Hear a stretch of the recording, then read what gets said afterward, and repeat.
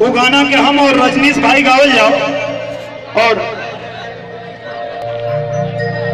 वो बात तो ओके हमनी के गावे के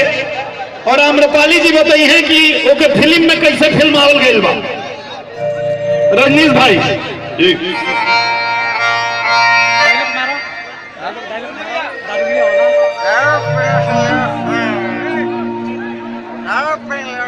छोड़िए राजा जी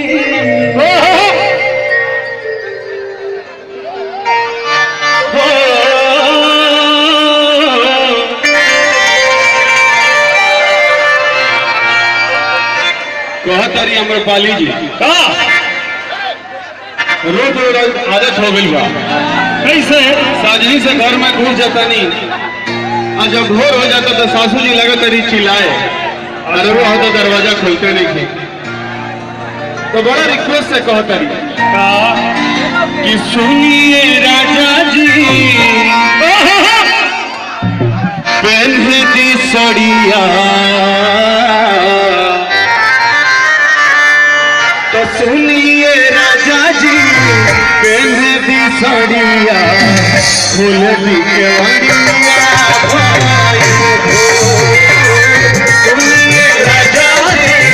पहन दी सड़िया खोल दी केवड़िया सुनिए राजा जी पहन दी सड़िया खोल दी केवड़िया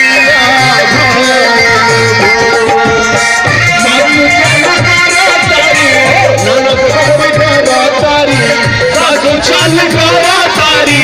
ननद उठा तारी ये तेरी बांधनी नाम के दो नाराय रानी जी तुम्हारा जोड़िया अपनी भरना के रानी जी तेरा जनी साड़िया अपनी भरना के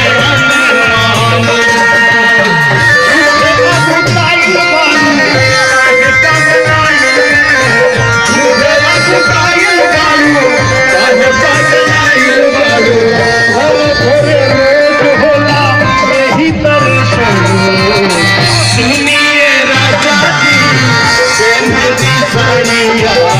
खोल दी